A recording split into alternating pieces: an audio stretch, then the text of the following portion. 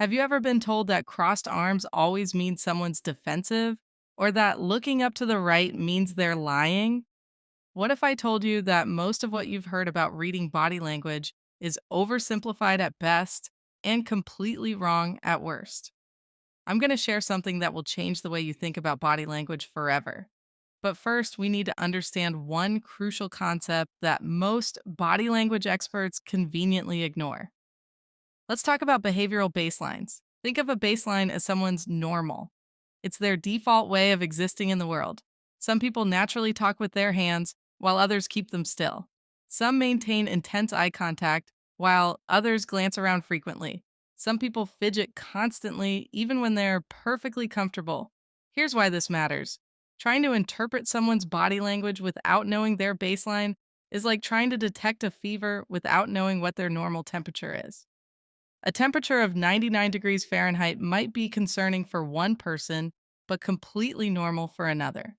To properly establish a baseline, you need to observe someone in different emotional states, watch them in various contexts, note their cultural background, consider their professional training, account for their physical comfort and environment. Most importantly, you need time.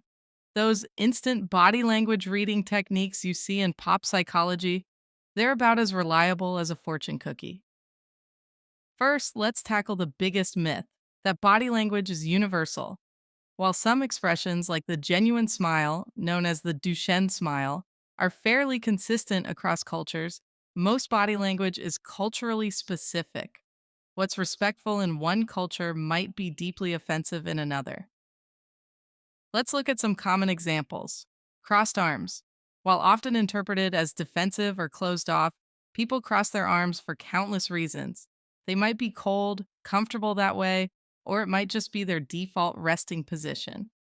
Remember baselines? Some people naturally stand with crossed arms when they're completely relaxed. Eye contact. In Western cultures, strong eye contact often signals confidence and engagement. But in many Asian and African cultures, prolonged eye contact with authority figures can be seen as disrespectful or challenging. Neither interpretation is universally right. It's all cultural. Now, let's debunk some deception detection myths. Looking up and to the right doesn't reliably indicate lying. This popular myth comes from a misunderstanding of neurolinguistic programming, but research shows no consistent correlation between eye movement and deception. The face touching means lying myth is equally problematic. While self touch can indicate stress or discomfort, it's also a common self soothing behavior many people do while thinking or concentrating. Remember baselines? Some people naturally touch their face more than others. Let's tackle some more sophisticated myths. Pupil dilation.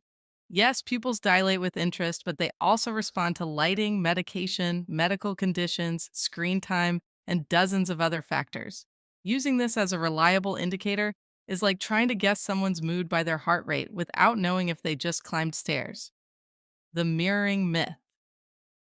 While natural mirroring often indicates rapport, deliberate mirroring doesn't create it. In fact, when done consciously, it often comes across as artificial and can damage trust.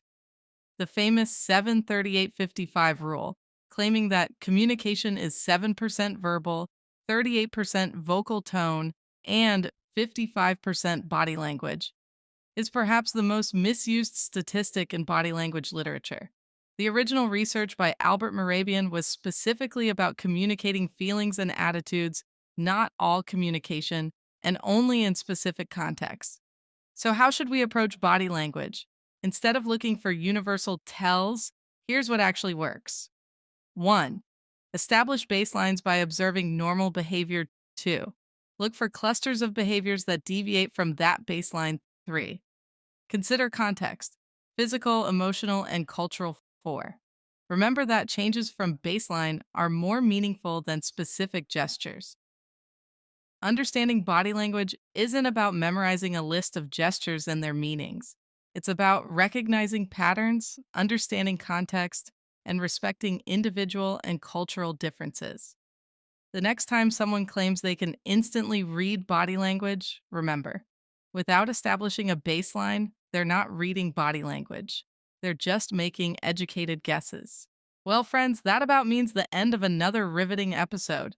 No, but really, if you enjoyed this discussion on nonverbal communication and you're curious to learn some more real body analysis techniques that aren't based on pseudoscience, but that actually work, then you may want to be around for the next upload. Of course, the best way of ensuring that is going to be if you like and subscribe. People, I will never promise you much, but I will promise you this right now.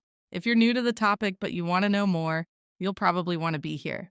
So click those fancy buttons down there. I'm pretty sure you won't regret it. Just for now, bye.